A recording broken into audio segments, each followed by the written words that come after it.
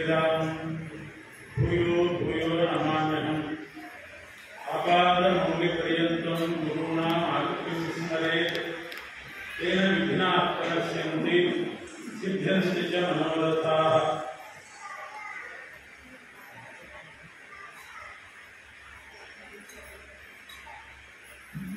ವೇದವ್ಯಾಸ ದೇವರು ರಚನೆ ಮಾಡಿದಂತಹ ವಾಂಗ್ಮಯ ಪ್ರಪಂಚದಲ್ಲಿ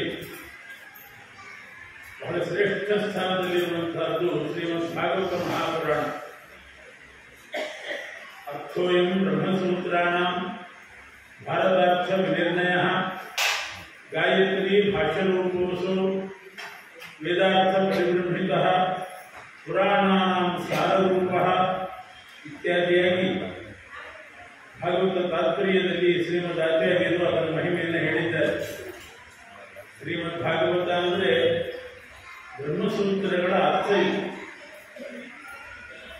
ಭಾರತಾರ್ಥ ನಿರ್ಣಯ, ಭಾರತಾರ್ಥವನ್ನು ನಿರ್ಣಯ ಮಾಡತಕ್ಕಂಥದ್ದು, ಭಾರತಾರ್ಥಕ್ಕೂ ನಿರ್ಣಯವನ್ನು ಕೊಡ್ತಕ್ಕಂಥದ್ದು. ಗಾಯತ್ರಿ ಭಾಷ್ಯ ರೂಪೋತ್ಸವ, ಗಾಯತ್ರಿ ಭಾಷ್ಯ ವೇದಾರ್ಥ ಪರಿಬೃಂಹಿತ, ವೇದಾರ್ಥಗಳಿಂದ ಅಭಿವೃದ್ಧವಾಗಿದೆ, ವೇದಾರ್ಥ ತುಂಬಿಕೊಂಡಿರುವಂಥದ್ದು. ವೇದಾರ್ಥದಿಂದ ಪರಿಭ್ರಮಣಗೊಳಿಸಬೇಕು. ಹೀಗೆ ಬ್ರಹ್ಮಸೂತ್ರದ ಸಂದೇಶ, ವೇದಗಳ ಸಂದೇಶ, ಪುರಾಣ ಸಾರರೂಪ, ಸಾರ ಅಂದರೆ ಶ್ರೇಷ್ಠ. 18 ಪುರಾಣಗಳಲ್ಲಿ ಶ್ರೇಷ್ಠವಾದದ್ದು. ಎಲ್ಲ ಪುರಾಣಗಳ ಸಂದೇಶ ಭಾಗವತದಲ್ಲಿದೆ. ಅದನ್ನ ಬಹುಜ್ಞ ಏವ ಜಾನಂತಿ ಅಂತ ಹೇಳಿದಂತೆ ಉತ್ತಮ ಜ್ಞಾನಿಗಳು ಭಾಗವತದ ರಹಸ್ಯವನ್ನು ಅರ್ಥ ಮಾಡಿಕೊಳ್ತಾರೆ. ಈಗಾಗಲೇ ಆಚಾರ್ಯರು ಹೇಳಿದರು, ವಸುದೇವ ಕೃಷ್ಣನ ಕೈಯಲ್ಲಿ ಹಿಡ್ಕೊಂಡು ಹೋದಾಗ ಯಾವುದೂ ಅಡ್ಡಿಯಾಗಲಿಲ್ಲ ಅವನಿಗೆ. ಮಧುರಾಪಟ್ಟಣದಿಂದ ನಂದಗೋಕುಲಕ್ಕೆ ಹೋಗುವಾಗ ಏನೂ ಅಡ್ಡಿಯಾಗಿಲ್ಲ. ಬಾಗಿಲು ತರ್ಕೊಂಡಿದ್ರು, ದ್ವಾರಪಾಲಕರಿದ್ದರು, ಅಲ್ಲೆಲ್ಲ ಭಟರಿದ್ರು, ರಾಜಭಟರಿದ್ರು, ಯಾರೂ ಅಡ್ಡಿ ಮಾಡಲಿಲ್ಲ. ನದಿಯೂ ಅಡ್ಡಿಯಾಗಲಿಲ್ಲ. ಯಾಕೆ? ಕರಸ್ಥ ದೇವಸ್ಯ ಕುತೋಂತರಾಯ. ವಾದಿರಾಜರು ಅದರ ಸಂದೇಶ ಹೇಳ್ತಾರೆ. ಕೈಯಲ್ಲಿ ದೇವರಿದ್ದರೆ, ಕೈಯಲ್ಲಿ ಕೃಷ್ಣ ಇದ್ದರೆ ಯಾವ ವಿಘ್ನ ಬರಲಿಕ್ಕೆ ಸಾಧ್ಯ ಮನುಷ್ಯನಿಗೆ? ಯಾರ ಕೈಯಲ್ಲಿ ಕೃಷ್ಣ ಇಲ್ಲವೋ ಅವರಿಗೆ ವಿಘ್ನ. ಕರಸ್ಥ ದೇವಸ್ಯ ಕುತೋಂತರಾಯ ಅಂತ ಅನೇಕ ಸಂದೇಶ ಅದರಿಂದ ಹೊರಬರ್ತಾ ಇದೆ ಅನ್ನೋದನ್ನು ಹೇಳಿದರು. ಬರೇ ಕೃಷ್ಣ ಅಂದರೆ ಪರಮಾತ್ಮ ಇರೋದು ಅಂತ ಅಷ್ಟೇ ಇಲ್ಲ, ಸಾಲಿಗ್ರಾಮ ಸ್ಪರ್ಶ ಪ್ರತಿನಿತ್ಯ ಆಗಲೇಬೇಕು. ಹಿಂದೊಬ್ಬರು ಸ್ವಾಮಿಗಳಿದ್ರಂತೆ, ಒಬ್ಬರು ಆಚಾರ್ಯ ಇದ್ರಂತೆ. ಯಾರಾದರೂ ಬಡಿಸಲಿಕ್ಕೆ ಅಂತ ಬಂದರೆ ಅವರಿಗೆ ಆಚಾರ್ಯ ಬಡಿಸ್ಲಿಕ್ಕೆ ಬರ್ತೇನೆ, ಬಾವಿಗೆ ಸ್ನಾನ ಮಾಡಿ ಮಡಿಗೆ ಸ್ನಾನ ಮಾಡಿ ಬಂದಿದ್ದೇನೆ ಅಂತಂದರೆ ಸಾಲಿಗ್ರಾಮ ಮುಟ್ಟಿದೆಯೇನೋ ಅಂತ ಕೇಳ್ತಿದ್ರು. ಸಾಲಿಗ್ರಾಮ ಸ್ಪರ್ಶ ಆಗಿಲ್ಲ, ಹೋಗಿ ಸಾಲಿಗ್ರಾಮ ಸ್ಪರ್ಶ ಮಾಡಿ ಬಂದು ಬಡಿಸುತ್ತಿದ್ರು. ಸಾಲಿಗ್ರಾಮ ಸ್ಪರ್ಶ ಮಾಡದೆ ಇದ್ದವರಿಗೆ ಬಡಿಸ್ಕೋತಾ ಇದ್ದಿಲ್ಲಂತೆ ಆಚಾರ್ಯ. ಅಂಥ ನಿಷ್ಠೆ. ಹೀಗೆಲ್ಲ ಬಹಳ ಸಂದೇಶವನ್ನ ಭಾಗವತ ತಿಳಿಸ್ತಾ ಇದೆ. ವೇದಾರ್ಥ ಪರಿಬೃಂಹಿತ ಅನ್ನೋದಕ್ಕೆ ಒಂದು ನಿದರ್ಶನ ಹೇಳ್ತೇನೆ. ಅದು ವಾದಿರಾಜರ ಮಾರ್ಗದರ್ಶನದಲ್ಲೇ ಹೇಳೋದು. ಯಾಕೆ ಅವರೇ ಭಾಗವತಕ್ಕೆ ವ್ಯಾಖ್ಯಾನ ಅಂತ ಒಂದು ಬರೆದಿದ್ದಷ್ಟೇ ಹೊರತು ತಮ್ಮ ಗ್ರಂಥಗಳಲ್ಲಿ ಅಲ್ಲಲ್ಲಿ ಭಾಗವತ ಶ್ಲೋಕಗಳನ್ನು ತಗೊಂಡು ಬೇಕಾದಷ್ಟು ವ್ಯಾಖ್ಯಾನ ಮಾಡಿದ್ದಾರೆ. ಕೇವಲ ಯುಕ್ತಿ ಮಲ್ಲಿಕಾದಲ್ಲೇ ಹುಡುಕಿದ್ರೆ ಎಷ್ಟೋ ಭಾಗವತ ವಾಕ್ಯಗಳು ಸಿಗ್ತದೆ. ಏಕಾದಶ ಸ್ಕಂದದಲ್ಲಿ ಜಯಂತಿಯೋಪಾಖ್ಯಾನ ಅಂತ ಒಂದು ಉಪಾಖ್ಯಾನ. ಜಯಂತಿ ದೇವಿಯ ಮಕ್ಕಳು, ಋಷಭನಾಮಕ ಪರಮಾತ್ಮನಿಗೆ ಜಯಂತಿ ದೇವಿ ಅಂತ ಹೆಂಡತಿ, ಅಲ್ಲಿ ಹುಟ್ಟಿದಂಥವರು 3 ಮಕ್ಕಳು, ಅದರಲ್ಲಿ 9 ಜನ ದಿವ್ಯ ಜ್ಞಾನಿಗಳು. ಕವಿರ್ ಹರಿಹಿ ಅಂತರಿಕ್ಷ ಪ್ರಬುದ್ಧ ವಿಫಲಾಯನ ಆವಿರ್ಭೋತ್ರೋತ ಧೃಮಿಲಃ ನಮಸ ಕರಭಾಜನ ಅಂತ 9 ಜನ ದಿವ್ಯ ಜ್ಞಾನಿಗಳು. ಅದರಲ್ಲಿ ಕವಿ ಎನ್ನುವಂತಹ ಜ್ಞಾನಿಗಳು ಉಪದೇಶ ಮಾಡ್ತಾರೆ ವಿದೇಹರಾಜನಿಗೆ. 9 ಜನರು ಏನು ಉಪದೇಶ ಮಾಡ್ತಾರೆ ಅದು ಆರ್ಷಭೋಪಾಖ್ಯಾನ ಅಥವಾ ಜಾಯಂತೆಯೋಪಾಖ್ಯಾನ ಅಂತ ಕರೀತಾರೆ. ವಿದೇಹರಾಜ ಕವಿ ಎನ್ನುವ ಜ್ಞಾನಿಗಳಲ್ಲಿ ಒಂದು ಪ್ರಶ್ನೆ ಮಾಡಿದೆ. ನಮಗೆ ಸಂಸಾರದಲ್ಲಿ ಯಾವಾಗಲೂ ಭಯ, ಏನೋ ಒಂದು ಆತಂಕ, ಮನಸ್ಸಿಗೆ ಕಿರಿಕಿರಿ, ನೆಮ್ಮದಿ ಅಂತ ಅನ್ನೋದಿಲ್ಲ. ಒಂದು ಚಿಂತೆ ಬರ್ತದೆ, ಏನೋ ಮಾಡಿದ್ದು ಬಗೆಹರಿತು ಅನ್ನೋದ್ರೊಳಗೆ ಒಂದು ದಿವಸ ಸರಿಯುತ್ತೀವೋ ಇಲ್ಲ, ಇನ್ನೊಂದು ಚಿಂತೆ ಶುರುವಾಗ್ತದೆ. ಮಗಳೇನೋ ಚಿಂತೆ ತಂದು ಹಚ್ಚಿಸ್ತಾಳೆ, ಅವಳದು ಬಗೆಹರಿತು ಅಂತನ್ನುವಾಗ ಮಗನ ಚಿಂತೆ ಶುರುವಾಗ್ತದೆ. ಇನ್ನೇನೋ ಅನಾರೋಗ್ಯದ ಚಿಂತೆ. ಈಗ ಒಂದಲ್ಲ ಒಂದು ಚಿಂತೆ, ಭಯ ಸಂಸಾರದಲ್ಲಿ ಇದ್ದದ್ದೇ. ಈ ಭಯ ಪರಿಹಾರಕ್ಕೆ ಏನ್ ಮಾಡಬೇಕು? ಇದೇ ವಿದೇಹರಾಜನ ಪ್ರಶ್ನೆ. ಇದು ಅವನು ಮಾತ್ರ ಅಲ್ಲ, ಎಲ್ಲರದ್ದು ಇದೇ ಪ್ರಶ್ನೆ. ಎಲ್ಲ ಗೊತ್ತಿದ್ದಾನೆ ದೇವರು, ನಮ್ಗೆ ಯಾಕೋ ಭಯ, ಅದೊಂದಿಲ್ಲ ಇದೊಂದಿಲ್ಲ, ಏನೋ ಮನೆಗೆ ಕಿರಿಕಿರಿ, ಸಮಾಧಾನ ಇಲ್ಲ, ಎಲ್ಲ ಇದೆ. ಬೇಕಾದಷ್ಟು ಸಂಬಳ ಬರ್ತದೆ, ಸಮಾಧಾನ ಇಲ್ಲ. ಈ ಸಮಸ್ಯೆ ಎಲ್ರಿಗೂ ಇರುವಂತಹದ್ದು. ವಿದೇಹರಾಜ ಕವಿ ಎನ್ನುವ ಜ್ಞಾನಿಗಳನ್ನು ಕೇಳಿದಾಗ ಅವ್ರು ಹೇಳ್ತಾರೆ, ಭಯ ಪರಿಹಾರ ಆಗಬೇಕಾದ್ರೆ ಏನ್ ಮಾಡಬೇಕು, ಭಯಕ್ಕೆ ಮೂಲ ಯಾವುದು ಅಂತ ಮೊದಲು ಕಂಡು ಹಿಡಿಯಬೇಕು. ಯಾವುದರಿಂದ ಭಯ ಬರ್ತದೆ ಅಂತ ಕಂಡು ಹಿಡಿದು ಆ ಮೂಲವನ್ನು ಕಿತ್ತು ಹಾಕಿ ರೂಟ್ ಔಟ್ ಮಾಡಬೇಕು. ಬರೀ ಪೇನ್ ಕಿಲ್ಲರ್ ಕೊಟ್ಟರೆ ಸಾಲದು, 4-5 ತಾಸು ಅದು ಕೆಲಸ ಮಾಡ್ತದೆ, ಮತ್ತೆ ನೋವು ಶುರುವಾಗ್ತದೆ, ಮತ್ತೆ 4-5 ತಾಸು ಪರವಾಗಿಲ್ಲ, ಮತ್ತೆ ಶುರುವಾಗ್ತದೆ. ಭಯ ಪರಿಹಾರ ಆಗಬೇಕಾಗಿದ್ರೆ ಅದರ ಮೂಲ ಏನು, ಯಾವುದರಿಂದ ಭಯ ಬರ್ತದೆ ಅಂತ ಅನ್ನೋದನ್ನು ವಿಚಾರ ಮಾಡಬೇಕು. ವೇದದಲ್ಲೂ ಇದೆ, ಈ ಮಾತು ಉಪನಿಷತ್ನಲ್ಲಿ ಇದೆ. ದ್ವಿತೀಯಾದ್ವೈ ಭಯಂ ಭವತಿ. ಎರಡನೇ ಪದಾರ್ಥದಿಂದ ಮನುಷ್ಯನಿಗೆ ಭಯ, ಇದು ವೇದದ ದ್ವಿತೀಯಾದ್ವೈ ಭಯಂ ಭವತಿ. ವೇದ ವ್ಯಾಖ್ಯಾನ ಮಾಡಿದವರು ಕೆಲವರು ಏನ್ ಮಾಡಿದ್ರು ಅಂತಂದ್ರೆ, ಎರಡನೇ ಪದಾರ್ಥದಿಂದ ಭಯ ಅಂತ ವೇದದಲ್ಲಿದೆ, ಎರಡನೇ ಪದಾರ್ಥ ಸುಳ್ಳು ಅಂತ ಮಾಡಿದ್ರು. ಅದು ಸುಳ್ಳು ಅಂತ ಯಾಕಿರುತ್ತೀರಿ? ಹಾವಿದೆ ಅಂತ ನಮಗೆ ಭಯ ಬಂದಾಗೆ ಅದು ಹಾವಲ್ಲ, ಅದು ಸುಳ್ಳು ಅಂತ ಹೇಳಿಬಿಟ್ರೆ ಭಯ ಪರಿಹಾರ ಆಗಿರ್ತದೆ. ಅದು ಹಗ್ಗ, ಅದು ಹಾವಲ್ವ ಅಂತಂದ್ರೆ ಹೆದರಿಕೆ ಹೋಗ್ತದೆ. ಹಾಗೆ ದ್ವಿತೀಯಾದ್ವೈ ಭಯಂ ಭವತಿ ಅಂತ ವೇದ ಹೇಳಿದೆ, ಎರಡನೇ ಪದಾರ್ಥದಿಂದ ಭಯ ಅಂತ ವ್ಯಾಖ್ಯಾನ ಮಾಡೋದು ಮಾಡಿದ್ರೆ ಆ ಎರಡನೇ ಪದಾರ್ಥ ಸುಳ್ಳು, ಪರಮಾತ್ಮ ಒಬ್ಬನೇ ಸತ್ಯ, ಅವಾಗ ಭಯ ಇಲ್ಲ ನಿಮಗೆ. ಸರಿಯ ಈ ವ್ಯಾಖ್ಯಾನ ಸರಿ. ವೇದಾರ್ಥ ಪರಿಬ್ರಹ್ಮಿತ, ಆ ವೇದಾರ್ಥ ಭಾಗವತದಲ್ಲಿದೆ, ಅದನ್ನು ನೋಡಿಕೊಂಡು ಅದಕ್ಕೆ ಅರ್ಥ ಮಾಡಬೇಕು ನಾವು. ದ್ವಿತೀಯಾದ್ವೈ ಭಯಂ ಭವತಿ ಇಷ್ಟೇ ಉಪನಿಷತ್ನಲ್ಲಿ ಸಿಗ್ತದೆ. ಅದೇ ಮಾತು ಭಾಗವತದಲ್ಲಿ ಬರ್ತದೆ. ಭಯಂ ದ್ವಿತೀಯಾಭಿನಿವೇಶತ ಸ್ಯಾತ್. ದ್ವಿತೀಯಾತ್ ಭಯಂ ಅಂತ ಹೇಳಿಲ್ಲ ವ್ಯಾಸರು, ಭಯಂ ದ್ವಿತೀಯ ಅಭಿನಿವೇಶತ ಸ್ಯಾತ್. ಎರಡನೇ ಪದಾರ್ಥದಿಂದ ಭಯ ಅಲ್ಲ, ಎರಡನೇ ಪದಾರ್ಥ ಸುಳ್ಳು ಅಂತ ಹೇಳಬೇಡಿ, ಎರಡನೇ ಪದಾರ್ಥದಲ್ಲಿ ಅಭಿನಿವೇಶ ಮಾಡಿದಾಗ ಭಯ. ಅಭಿನಿವೇಶ ಅಂದ್ರೆ ಅದನ್ನೇ ಹಂಚಿಕೊಳ್ಳೋದು, ಎರಡನೇ ಪದಾರ್ಥದಲ್ಲಿ ಆಗ್ರಹ ಮಾಡೋದು, ಅಟ್ಯಾಚ್ಮೆಂಟ್ ಇಡೋದು, ಅದರಿಂದ ಭಯ. ಎರಡನೇ ಪದಾರ್ಥನೇ ಸುಳ್ಳು ಅಂತ ಮಾಡಿಬಿಟ್ರೆ ಹೇಗೆ? ನಿಜವಾಗಿಯೂ ಎರಡನೇ ಪದಾರ್ಥದಿಂದ ಭಯ ಅಲ್ಲ, ಅದರಲ್ಲಿ ಅಭಿನಿವೇಶ ಇಟ್ಟರೆ ಮಾತ್ರ ಭಯ. ಮನುಷ್ಯನಿಗೆ ನಮ್ಮ ಅನುಭವ ನೋಡೋಣ.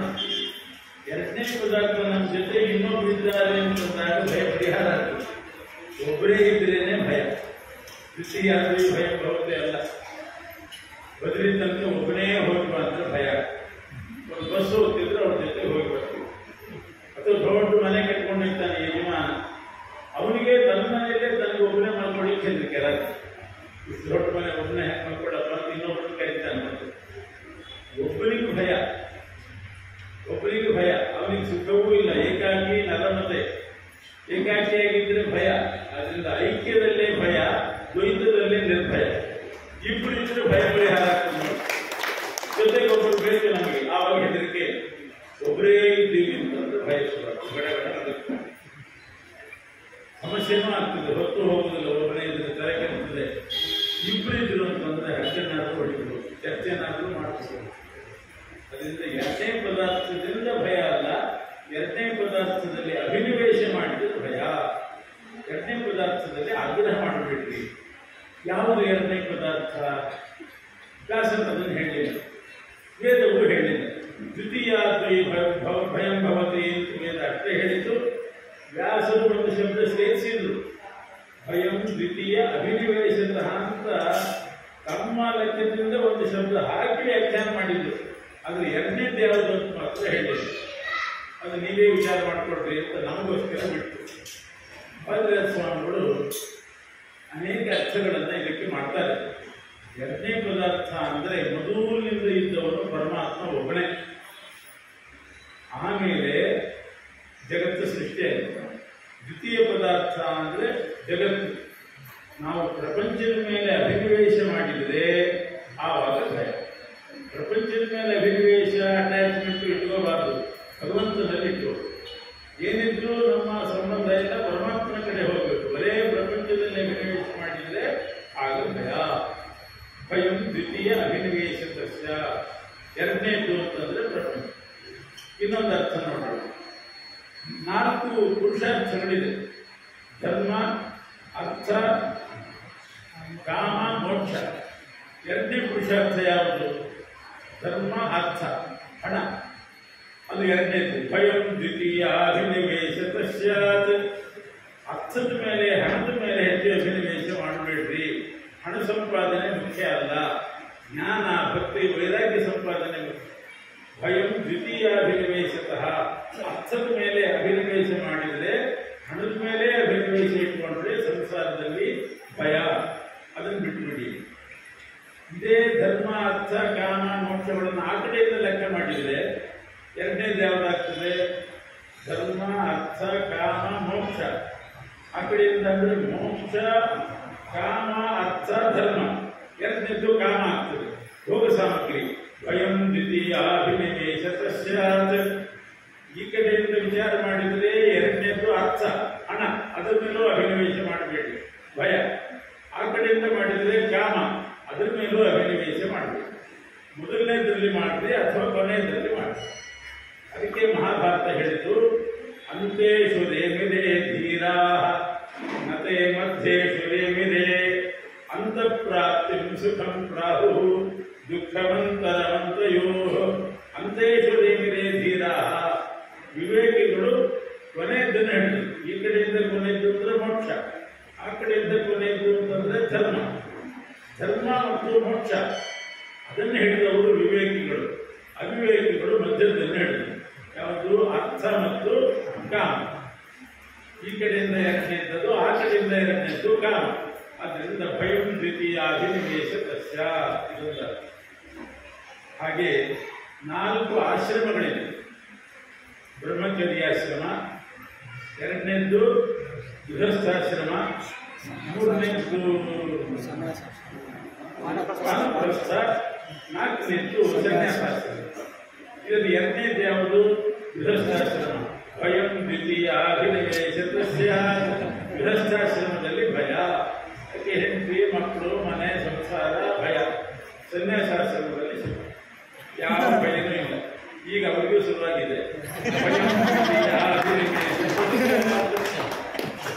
ನಿಜವಾಗೂ ಗೃಹಸ್ಥಾಶ್ರಮದಲ್ಲಿ ಭಯ.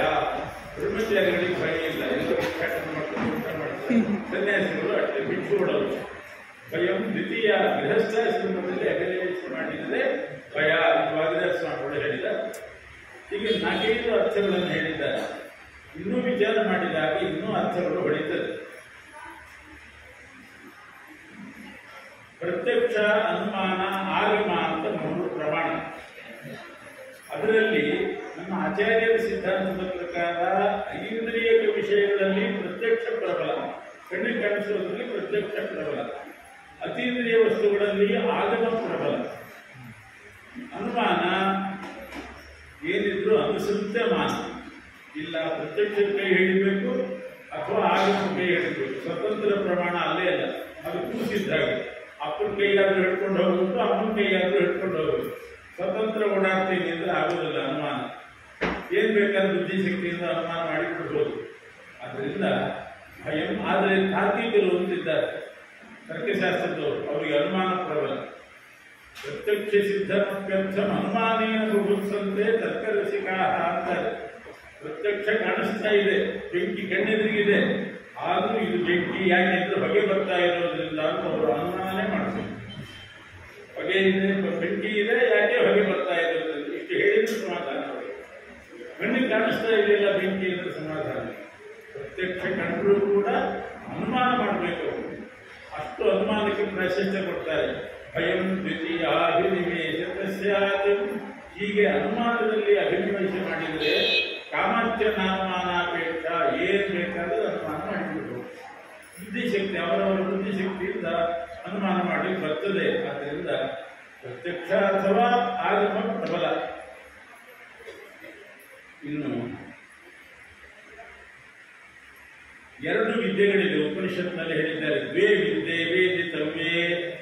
ಎರಡು ವಿದ್ಯೆ ಕಲಿಬೇಕು. ಪರಾಚೈವ ಅಪರಾಧ. ಪರವಿದ್ಯೆ ಅಪರವಿದ್ಯೆ ಅಂತ ಎರಡು ವಿದ್ಯೆ ಇದೆ. ಪರವಿದ್ಯೆ ಅಂತಂದ್ರೆ ಭಗವಂತನನ್ನ ಪ್ರತಿಪಾದನೆ ಮಾಡುವ ವಿದ್ಯೆಗಳೆಲ್ಲ ಪರವಿದ್ಯೆ, ಮೃಗಾದಿಗಳೆಲ್ಲ. ಅದೇ ಯಾವಾಗ ಕರ್ಮವನ್ನು ಪ್ರತಿಪಾದನೆ ಮಾಡ್ತದೆ ಆಗ ಅಪರವಿದ್ಯೆ ಆಗ್ತದೆ. ಅಥಪರ ಯಯ ತದಕ್ಷರ ಅಧಿಗಮ್ಯತೆ. ಪರಮಾತ್ಮನ ಜ್ಞಾನ ಉಂಟು ಮಾಡುವ ವಿದ್ಯೆನೇ ಪರವಿದ್ಯೆ, ಶ್ರೇಷ್ಠವಾದ ವಿದ್ಯೆ. ಆದ್ರೆ ಇವತ್ತು ಅದು ಯಾರಿಗೂ ಬೇಡ. ಪರಾಚೈವ ಅಪರಾಚ ಎರಡನೇ ವಿದ್ಯೆ ಇದೆಯಲ್ಲ, ಅಪರವಿದ್ಯೆ, ಅದರಲ್ಲಿ ಆಸಕ್ತಿ ತೋರಿಸ್ತಾ ಇದ್ದಾರೆ. ಭಯಂ ದ್ವಿತೀಯಾಭಿನಿವೇಶ ಸ್ಯಾತ್. ಪರವಿದ್ಯೆ ಬಿಟ್ಟು ಅಪರವಿದ್ಯೆಯಲ್ಲಿ ಮಾತ್ರ ಆಸಕ್ತಿ ತೋರಿಸಿದ್ರೆ ಅವರಿಗೆ ಭಯ, ಪರಮಾತ್ಮನ ಜ್ಞಾನ ಇಲ್ಲ. ಇನ್ನು ಗೀತೆಯಲ್ಲಿ ಸ್ವಧರ್ಮ ಬಹಳ ಮುಖ್ಯ ಅಂತ ಪ್ರತಿಪಾದನೆ ಮಾಡಿದ್ದಾರೆ. ಸ್ವಧರ್ಮೇ ನಿಧನಂ ಶ್ರೇಯ, ಪರಧರ್ಮೋ ಭಯಾವಹ. ಅದನ್ನೇ ಹೇಳ್ತಾ ಇದೆ ಭಾಗವತ. ಎರಡು ಧರ್ಮ ಇದೆ, ಸ್ವಧರ್ಮ ಪರಧರ್ಮ. ನಮ್ಮ ಜಾತಿ, ನಮ್ಮ ವರ್ಣ, ನಮ್ಮ ಆಶ್ರಮಕ್ಕೆ ಹಿತವಾದ ಧರ್ಮವೇ ಸ್ವಧರ್ಮ. ಅದು ಸ್ವಲ್ಪ ಕಠಿಣ ಇರಲಿ, ಅದರಲ್ಲಿ ಕ್ಲೇಶ ಇರಲಿ, ಅದನ್ನೇ ಮಾಡಬೇಕು. ಪರಧರ್ಮೋ ಭಯಾವಹ. ನಮ್ಮ ಧರ್ಮ ಅಷ್ಟು ಚೆನ್ನಾಗಿಲ್ರಿ, ಚೆನ್ನಾಗಿಲ್ಲ ಅಂದ್ರೆ ಪರವಾಗಿಲ್ಲ, ಮಾಡಲೇಬೇಕು. ನಮ್ಮ ಧರ್ಮ ನಾವು ಮಾಡಬೇಕು. ನಮ್ಮ ಹೆಂಡತಿ ಚೆನ್ನಾಗಿಲ್ರಿ ಅಂತಂದ್ರೆ ಏನರ್ಥ? ನಮ್ಮ ಧರ್ಮ ನಮ್ಮ ಹೆಂಡತಿ ಇದ್ದ ಹಾಗೆ, ಪರಧರ್ಮ ಮತ್ತೊಬ್ಬರ ನಾರಿ ಇದ್ದ ಹಾಗೆ. ಆದ್ರಿಂದ ಸ್ವಧರ್ಮನೇ ಶ್ರೇಷ್ಠ, ಪರಧರ್ಮ ಎರಡನೇದ್ದು. ಅದು ಭಯಂ ದ್ವಿತೀಯ ಅಭಿನಿವೇಶ ಸ್ಯಾತ್. ಸ್ವದೇಶ ಪರದೇಶ. ಸ್ವದೇಶ ಮೊದಲನೇದ್ದು, ನಾವು ಹುಟ್ಟಿದ್ದು. ಹೋಗೋದು ಪರದೇಶಕ್ಕೆ, ಸಾಯೋದಲ್ಲಿ. ಸ್ವದೇಶ ಪರದೇಶದಲ್ಲಿ ಎರಡನೇದ್ದು ಪರದೇಶ. ಭಯಂ ದ್ವಿತೀಯಾಭಿನಿವೇಶ ಸ್ಯಾತ್. ಅದರಲ್ಲೇ ಅಭಿನಿವೇಶ ಮಾಡಿಬಿಟ್ರೆ ಎಷ್ಟು ಅಭಿನಿವೇಶ ಪರದೇಶಕ್ಕೆ ಹೋಗಬೇಕು ಅಂತ. ಏನು ಶ್ರಮ ಪಡ್ತಾರೆ. ಪರದೇಶಕ್ಕೆ ಹೋಗಬೇಕು, ಪರದೇಶಕ್ಕೆ ಎಷ್ಟು ಭಯ. ಆ ಪರದೇಶದಿಂದ ಬಂದವರು ನೋಡಬೇಕು, ನಿಜವಾಗೂ ಪರದೇಶಗಳೇ ಆಗಿರ್ತಾರೆ. ಯಾಕೆಂದ್ರೆ ಬಂದು ಇಲ್ಲ, ಒಳಗೆ ಇಲ್ಲ, ಯಾಕಂದ್ರೆ ಮಾತಾಡಿಸ್ಬೇಕು ಅನ್ನೋದಿಲ್ಲ, ಸಮಾರಂಭ ಇಲ್ಲ, ಹಬ್ಬ ಇಲ್ಲ, ಹರಿದಿನ ಇಲ್ಲ. ಇಲ್ಲಿದ್ದಾಗ ಬಂದಾಗ ಎಷ್ಟು ಆನಂದವಾಗಿರ್ತದೆ, ಅವರ ಮುಖ ಪ್ರಫುಲ್ಲವಾಗಿರ್ತದೆ. ಇಲ್ಲಿಯವರಿಗಿಂತ ಅವರು ಬಹಳ ವಿನೀತರಾಗಿರ್ತಾರೆ, ಯಾಕೆಂದ್ರೆ ಅಷ್ಟು ಕಷ್ಟಪಟ್ಟಿರ್ತಾರೆ. ಭಯಂ ದ್ವಿತೀಯಾಭಿನಿವೇಶ ಸ್ಯಾತ್. ಪರದೇಶದಲ್ಲಿ ಬಹಳ ಭಯ ಇದೆ. ಅದಕ್ಕೆ ವ್ಯಾಸರು ಯಾವುದು ಎರಡನೇದು ಅಂತ ಹೇಳಲೇ ಇಲ್ಲ. ಭಯಂ ದ್ವಿತೀಯಾಭಿನಿವೇಶ ಸ್ಯಾತ್. ಬರೇ ದ್ವಿತೀಯ ಪದ ಹಾಕಿದ್ದಾರೆ. ವಾದಿರಾಜರು ನಾಲ್ಕೈದು ಅರ್ಥ ತೋರಿಸಿದ್ದಾರೆ. ನನ್ನ ಬುದ್ಧಿ ತೋರಿದ್ದು ಕೆಲವು ನಾನು ಊಹೆ ಮಾಡಿದ್ದೀನಿ.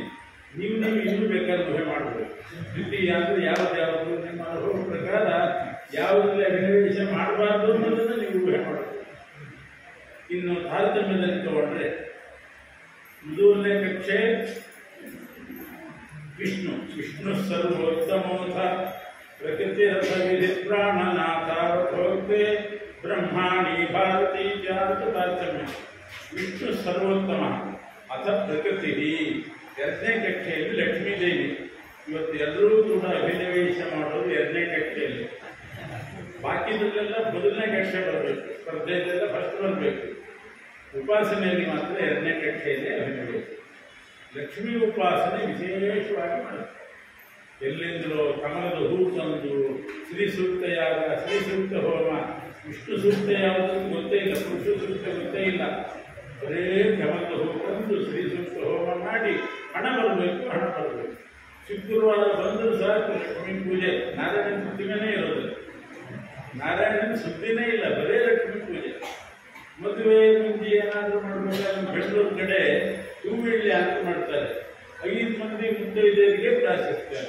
ಅವ್ರ ಆಚಾರ ಮಂದಿ ಯಾರು ಹೋದ್ರು ಅವ್ರಿಗೆ ಬೇರೆನೇ ಇಲ್ಲ. ಯಾಕೆ ಲಕ್ಷ್ಮಿ ಮುಖ್ಯ. ಭಯಂ ದ್ವಿತೀಯಾಭಿನಿವೇಶ ಸ್ಯಾತ್. ಎರಡನೇ ಕಕ್ಷೆಯಲ್ಲಿ ಬರ್ತಕ್ಕಂಥ ಲಕ್ಷ್ಮೀ ದೇವಿಯಲ್ಲೇ ಅಭಿನಿವೇಶ ಮಾಡಿದರೆ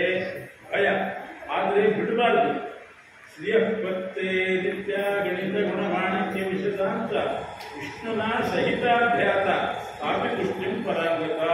ವಿಷ್ಣುವಿನ ಜೊತೆಗೆ ಲಕ್ಷ್ಮೀ ದೇವಿಯನ್ನು ಧ್ಯಾನ ಮಾಡಬೇಕೇ ಹೊರತು ವಿಷ್ಣುವನ್ನ ಪಕ್ಕದಲ್ಲಿ ಕೂಡಿಸಿ ಕೇವಲ ಲಕ್ಷ್ಮಿಯನ್ನ ಧ್ಯಾನ ಮಾಡೋದಲ್ಲ.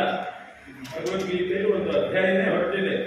ಅವ್ಯಕ್ತೋಪಾಸನೆ ಬಹಳ ಕಷ್ಟ ಅಂತ ಹೇಳ್ತಾರೆ. ಕ್ಲೇಶೋ ಜಗತರಸ್ತೇಷಾಂ ಅವ್ಯಕ್ತಾಸಕ್ತಚೇತಸಾಂ. ಅವ್ಯಕ್ತ ಅಂದ್ರೆ ಲಕ್ಷ್ಮೀ ದೇವಿ. ಕೇವಲ ಅವ್ಯಕ್ತಾಸಕ್ತರಾಗಬಾರದು. ಲಕ್ಷ್ಮೀಪತಿ ರಮಾರಮಣ ಹೀಗೆ ಇರಬೇಕು. ಸ್ವತಂತ್ರ ಅಸ್ವತಂತ್ರ ವಿವಿಧ ಭವಿಷ್ಯತೆ. ಎರಡು ತತ್ವ, ಸ್ವತಂತ್ರ ಅಸ್ವತಂತ್ರ. ಎರಡನೇದು ಯಾವುದು? ಅಸ್ವತಂತ್ರ ತತ್ವ. ಇವತ್ತು ಏನಾದರೂ ಸಮಸ್ಯೆ ಬಂದಾಗ ಎಲ್ಲರೂ ಹಿಡಿಯೋದು ಅಸ್ವತಂತ್ರನೇ. ಅವರು ಅಸ್ವತಂತ್ರರು, ನಾವು ಅಸ್ವತಂತ್ರ. ಇಬ್ಬರು ಕೇಳೋದೆ. ಗೃಹೀಯ ತಿಂತಡಿ ಶಾಖ. ನೇತಾಡಬೇಕು ಅಂತಿದ್ದವನು ಹುಣಸೆ ಮರದ ಗೆಲ್ಲು ಹಿಡಿಬೇಕು.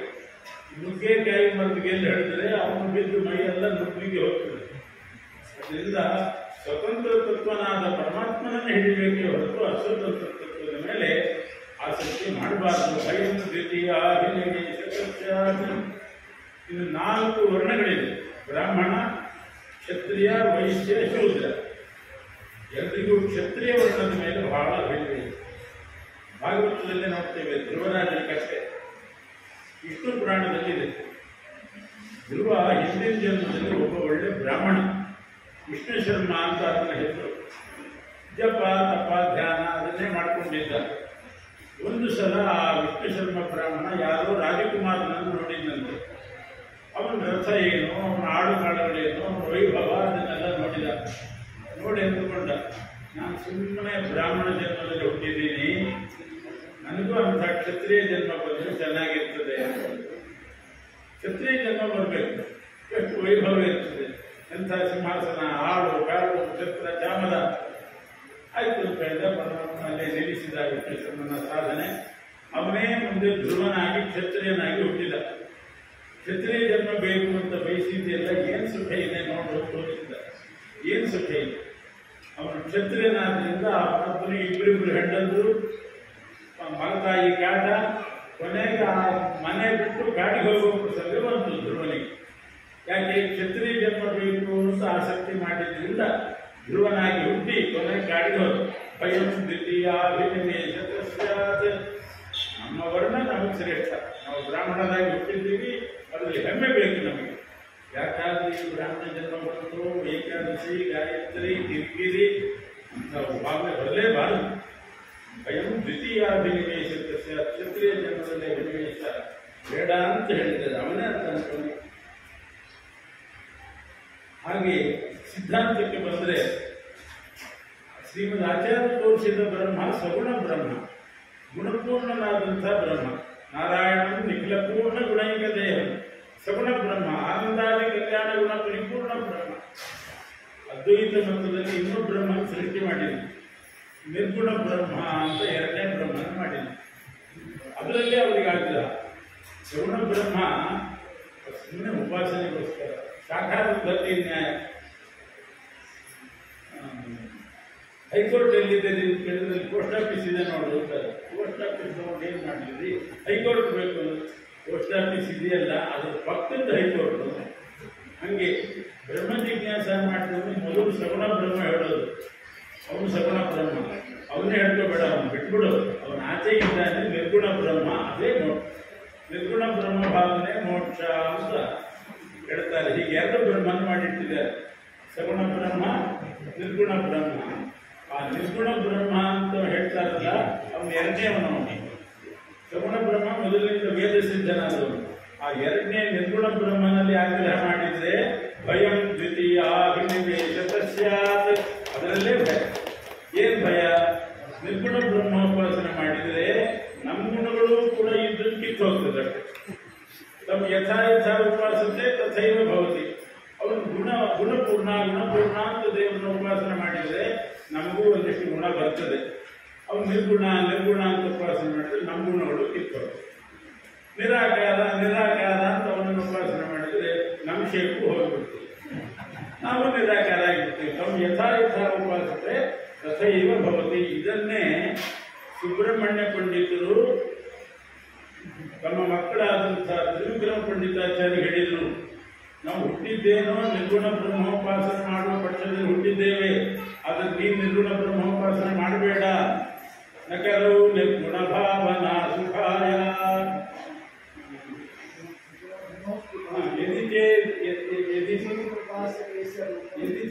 ಉಪಾಸ್ಯತೆ ರೂಪಂ ತಿಮಿರತ್ವೇನ ವಿಭಾತಿ ಭಾರಿಶೇಷ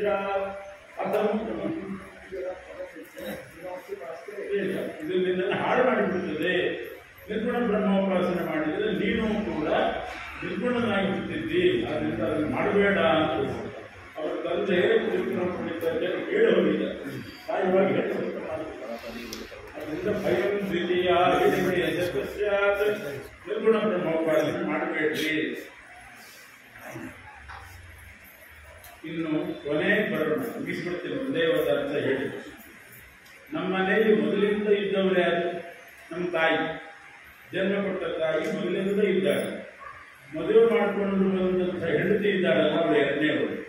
ನಮ್ಮ ಮನೆಗೆ ಎರಡನೇ ಅವರಿಗೆ ದ್ವಿತೀಯ ಅಂತ ಸಂಸ್ಕೃತದಲ್ಲಿ ದ್ವಿತೀಯ ಅಂತ ಹೆಂಡತಿ ಒಂದು ತಾಯಿ. ಎರಡನೇದಾಗಿ ಒಂದು ಮನೆಗೆ ಸೇರ್ಕೊಂಡವರು ಹೆಂಡತಿ. ಭಯಂ ದ್ವಿತೀಯ ತಾಯಿ ಮೇಲೆ ಅಭಿನಿವೇಶ ಬಿಟ್ಕೊಡೋದು, ಹೆಂಡತಿ ಮೇಲೆ ಅಭಿನಿವೇಶ. ಹಾಗಾದ್ರೆ ತಾಯಿಗೆ ಏನು ಅಂದರೆ ಓಲ್ಡ್ ಏಜ್ ಹೋಮ್ ಮಾಡಿರೋದೇ ಅದಕ್ಕೆ. ಭಯಂ ದ್ವಿತೀಯ ಅಭಿನಿವೇಶ, ಅಷ್ಟು ಅಭಿನಿವೇಶ ಇಟ್ಟು ಬೇಕು ಬೇಕು, ತಾಯಿನೂ ಬೇಕು. ನಮಸ್ಕಾರಕ್ಕೆ ತಾಯಿ ಬೇಕು. ಅಡಿಗೆ ಮಾಡಿ ಹಾಕ್ಲಿಕ್ಕೆ ಆಗೋದಿಲ್ಲ, ಕೈಲಾಗೋದಿಲ್ಲ ಅಂತ ಹೇಳ್ತಿರ್ತಾರೆ. ನಿಮ್ಮ ಕೈಲಾಗಲಿದ್ರು ಪರವಾಗಿಲ್ಲ, ನೀವು ಕೆಲಸ ಮಾಡದಿದ್ರು ಪರವಾಗಿಲ್ಲ, ನಿಮ್ಮ ಪ್ರೆಸೆನ್ಸ್ ಬೇಕು, ನೀವು ಇರಬೇಕು ಸಾಕು ಅಂತ. ಅದರಲ್ಲಿ ತಾಯಿಗೆ ಆ ಸ್ಥಾನ ಇದೆ. ಹಾಗೆ ನಮ್ಮ ಜೀವನದಲ್ಲಿಯೂ ಕೂಡ ಅಧ್ಯಾತ್ಮ ವಿದ್ಯೆ ನಮ್ಮ ತಾಯಿ ಇದ್ದ ಹಾಗೆ, ಈ ಲೌಕಿಕ ವಿದ್ಯೆ ನಮ್ಮ ಹೆಂಡತಿ ಇದ್ದ ಹಾಗೆ. ಅದಕ್ಕೆ ಅಷ್ಟೇ ಸ್ಥಾನ ಕೊಡಬೇಕು. ಅಧ್ಯಾತ್ಮ ವಿದ್ಯೆಗೆ ತಾಯಿಯ ಸ್ಥಾನ ಕೊಡಬೇಕು. ಅದಕ್ಕೆ ಗಾಯತ್ರಿ ಮಾತಾ ಅಂತಾರೆ. ಗಾಯತ್ರಿ ಮಾತಾ, ಅಧ್ಯಾತ್ಮ ವಿದ್ಯೆ ಮಾತೆ ಇದ್ದ ಹಾಗೆ, ಲೌಕಿಕ ವಿದ್ಯೆ ಅಂತ ಹೆಂಡತಿ ನಮ್ಮ ಜೀವನಕ್ಕೆ ಬೇಕು. ಜೀವನಕ್ಕೆ ಬೇಕು, ಅಡಿಗೆ ಮಾಡ್ತಾರೆ, ಸೌಖ್ಯಕ್ಕೆ ಬೇಕು. ಆದರೆ ತಾಯಿಯ ಸ್ಥಾನ ತಾಯಿಗೆ. ಭಯಂ ದ್ವಿತೀಯಾಭಿನಿವೇಶ ದಸ್ಯ, ಬರೇ ಹೆಂಡತಿಯಲ್ಲಿ ಅಭಿನಿವೇಶ ಮಾಡಿದರೆ ಭಯ ಉಂಟಾಗ್ತದೆ. ಏನು, ನಿಮ್ಮ ಮಕ್ಕಳು ನಿಮ್ಗೆ ಹಂಗೆ ಮಾಡ್ತಾರೆ, ಆಮೇಲೆ ಅದೇ ಭಯ. ಇಂಥ ಭಯ ಬರಬಾರದು. ಭಾಗವತದ ಸಂದೇಶ. ವ್ಯಾಸರು ಒಂದೊಂದೇ ಶಬ್ದ ಹಾಕ್ತಾರೆ, ಅದಕ್ಕೇನು ವಿಶೇಷಣ ಹಾಕಲಿಲ್ಲ, ಯಾರು ಅಂತ ಹೇಳಲಿಲ್ಲ. ಹೊಡೆಯುವಂತೆ ನಾವು ವಿಚಾರ ಮಾಡ್ತಾ ಹೋಗಬೇಕು. ಹಾಗೆ ವಿಚಾರ ಮಾಡಿದರೆ ಇನ್ನಷ್ಟು ಹೆಚ್ಚೆಚ್ಚು ಅರ್ಥ ನಿಮಗೆ ಹೊಡಿತದೆ. ಯಾವುದ್ಯಾವುದರಲ್ಲಿ ಅಭಿನಯಿಸಿ ಬಿಡಬೇಕು, ಯಾವುದಾದ್ರು ಮಾಡಬೇಕು ಅನ್ನೋದನ್ನು ತೀರ್ಮಾನ ಮಾಡಬೇಕು. ಇಂಥ ಶ್ರೀಮದ್ ಭಾಗವತದ ಸಪ್ತಾಹ ಪ್ರವಚನ ಇಲ್ಲಿ ಏರ್ಪಾಡಾಗಿದೆ. ಆಚಾರ್ಯರು ಇವರ ಮೇಲೆ ನಮಗೆ ಬಹಳ ಅಭಿಮಾನ ಹೌದು, ಗೌರವನೂ ಹೌದು. ಯಾಕೆ ಅಂದರೆ ಒಂದು ಸ್ವರೂಪೋದ್ಧಾರಕರಾದಂಥ ವಿದ್ಯಾಮಾನ್ಯ ತೀರ್ಥರಿಗೆ ಅತ್ಯಂತ ವಿದ್ಯಾಮಾನ್ಯ ತೀರ್ಥರಿಗೆ ಇವ್ರ ಬಹಳ ಅಭಿಮಾನ, ಬಹಳ ಪ್ರೀತಿ. ಅಂಥ ಇವರ ಆಚಾರ ಸದಾಚಾರ ನಿಷ್ಠೆಲ್ಲ ನೋಡಿ ಅವರು ಇಲ್ಲಿ ಭಾಗವತ ಸಪ್ತಾಹ ಏರ್ಪಾಡು ಮಾಡಿದ್ದಾರೆ. ಕೆಟ್ಟಿಯವರು ಕೂಡ ಅಂಥ ದಿವ್ಯ ಕಾರ್ಯ ಮಾಡ್ತಾ ಇದ್ದಾರೆ. ಇಂಥ ವರ್ಗದವರು ಇಲ್ಲದೆ ಹೋಗಿದ್ರೆ ಇವತ್ತು ಎಷ್ಟು ಸತ್ಕರ್ಮಗಳು ಮನೆಯಲ್ಲಿ ನಡೀತಾನೇ ಇದ್ದಿಲ್ಲ.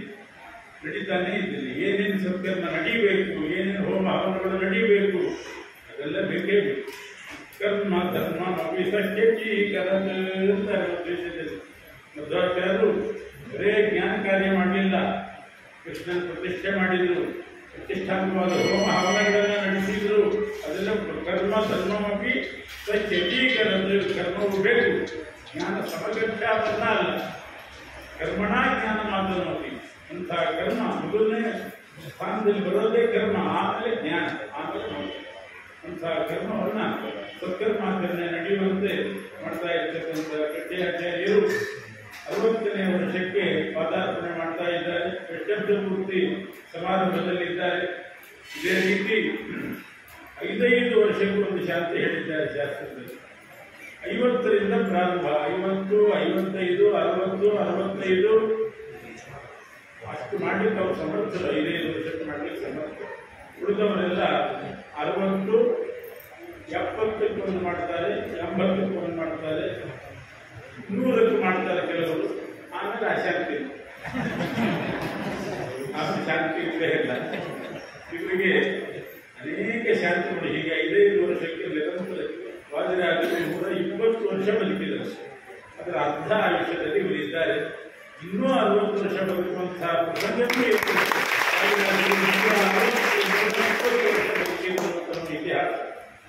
ಈಗ ಅದೆಲ್ಲ ಬರೀ ಇತಿಹಾಸ ಆಗಿದೆ. ಈಗಿನವ್ರು ಹೇಳ್ಕೊತಾರೆ ನಮ್ಮಪ್ಪ 20 ವರ್ಷ ಬದುಕಿದ್ದ. ಏನು ಮಾಡಬೇಕು? 20 ವರ್ಷ ಕಲಿಯುಗದಲ್ಲಿ ಆಯುಷ್ಯ ಕಡಿಮೆ ಆಗ್ತಾ ಇದೆ. ಅದಕ್ಕೆ ಕಾರಣ ನಮ್ಮ ಜೀವನವೇ ನಮ್ಮ ಆಯುಷ್ಯವನ್ನು ಕಡಿಮೆ ಮಾಡಿರುತ್ತದೆ. ವಿಷಯೋ ದೀರ್ಘ ಸಂಧ್ಯತ್ವಾತ್ ದೀರ್ಘಮಾಯುರವಾಪ್ನುವು ಅಂತ ಒಂದು ಪ್ರಮಾಣ ವಾಕ್ಯ ಇದೆ ಮಹಾಭಾರತ. ಹಿಂದಿನ ಋಷಿಗಳು ದೀರ್ಘಾಯುಷ್ಮಂತರಾಗಿದ್ದರು. ಯಾಕೆ? ವಿಷಯೋ ದೀರ್ಘ ಸಂಧ್ಯತ್ವ ಅಂತಂದ್ರೆ ಅತಿ ದೀರ್ಘಕಾಲ ಗಾಯತ್ರಿ ಜಪ ಮಾಡ್ತಾ ಅನೇಕ ವೇದ ಮಂತ್ರಗಳನ್ನು ಪಠಿಸ್ತಾ ಇದ್ದದ್ರಿಂದ ದೀರ್ಘಮಾಯುರವಾಪ್ನ್ಯು ದೀರ್ಘಾಯುಷ್ಯವನ್ನು ಪಡೆದಿದ್ದಾರೆ. ಅದೇ ರೀತಿ ಇವರು ದೀರ್ಘ ಸಂಧ್ಯತ್ವ ಅಂತಂದ್ರೆ ಎಷ್ಟು ಮಂದಿಯ ಕೈಯಿಂದ, ಎಷ್ಟು ಜನರ ಕೈಯಿಂದ ಸದಾಚಾರಗಳನ್ನು ಮಾಡಿಸ್ತಾ ಇದ್ದಾರೆ. ದೀರ್ಘಮಾಯುರವಾಪ್ನ್ಯು ಅನ್ನುವಂತೆ ದೀರ್ಘಾಯುಷ್ಯವನ್ನ ಭಗವಂತ ಕೊಡ್ಲಿ ಈ ಸಂದರ್ಭದಲ್ಲಿ ಪ್ರಾರ್ಥನೆ ಮಾಡ್ತಾ ಇನ್ನೂ ಹೆಚ್ಚಿನ ಕಾರ್ಯ ಅವರಿಂದ ಆಗದೆ ಅದಕ್ಕೆ ಬೇಕಾದ ಶಕ್ತಿ ಸಾಮರ್ಥ್ಯಗಳನ್ನು ಕೊಡ್ಲಿ ಅಂತ ಹೇಳ್ತಾ ಚತುರ್ಹೋಮ ಯಾಗ ಬೇರೆ ಹಮ್ಮಿಕೊಂಡಿದ್ದಾರೆ. ಬಹಳ ಅಪರೂಪದಿದೆ ಚತುರ್ಯಾಗ. ಯಾಕೆಂದ್ರೆ ಸಂಹಿತಾ ಯಾಗ ಪ್ರತಿ ವರ್ಷ ಮಾಡುವುದಿದ್ದಾರೆ, ಅನೇಕ ಬಾರಿ ನೋಡಿದ್ದೇನೆ. ಇದು ಸಂಹಿತ 4 ವೇದಗಳ ಸಂಹಿತಾ ಯಾಗ ಅಂತಂದ್ರೆ ಎಷ್ಟು ದೇವತೆಗಳಿಗೆ ಆಹುತಿ ಕೊಟ್ಟಾಗಾಯಿತು. ಬರೀ ಋಗ್ವೇದದಲ್ಲಿ 10,000ಕ್ಕೂ ಹೆಚ್ಚು ಮಂತ್ರಗಳಿವೆ. 10,000ಕ್ಕೂ ಹೆಚ್ಚು. ಅಷ್ಟು ಬೇರೆ ದೇವತೆಗಳು, ಪರ್ಜನ್ಯ, ಅಗ್ನಿ, ಪವಮಾನ ಇತ್ಯಾದಿ ದೇವತೆಗಳಿಗೆಲ್ಲ ಆಹುತಿ, ಅದರಂತೆ ಬೇರೆ ಮಂತ್ರಗಳಿಂದ ಆಹುತಿ. ಭಗವಂತ ವೇದಪ್ರಿಯ, ಋಗ್ವೇದಪ್ರಿಯ, ಋಗ್ವೇದ ಸೇವಾಧಾರಯ, ಸಾಮವೇದಪ್ರಿಯ, ಎಲ್ಲ ವೇದಪ್ರಿಯನಾದ್ದರಿಂದ ಚತುರ್ವೇದ ಯಾಗದಿಂದ ಭಗವಂತನು ಪ್ರೀತನಾಗಿ ಅವರಿಗೆ ಅನುಗ್ರಹ ಮಾಡಲಿಕ್ಕೆ